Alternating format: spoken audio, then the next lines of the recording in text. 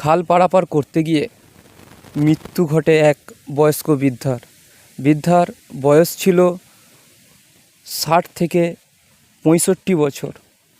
প্রত্যেক দিনই একইভাবে খাল পারাপার করে পশু নিয়ে যান এই বৃদ্ধা কাল পশু নিয়ে পারাপার হতে যাওয়ার সময় জলে তলিয়ে যায়। এই খবর পেয়ে ঘটনাস্থলে ছুটে আসে এলাকার বহু মানুষ। ঘটনাটি ঘটে কাল বিকাল 4টে নাগাদ। বৃদ্ধার বাড়ি ছিল বাইনান কোরিয়া নতুন গ্রাম। প্রায় এখানে গরু নিয়ে আসে, সবসময় আসে এখানে সব জানাশোনাই জায়গা, ঠিক আছে। প্রতিদিন আসে।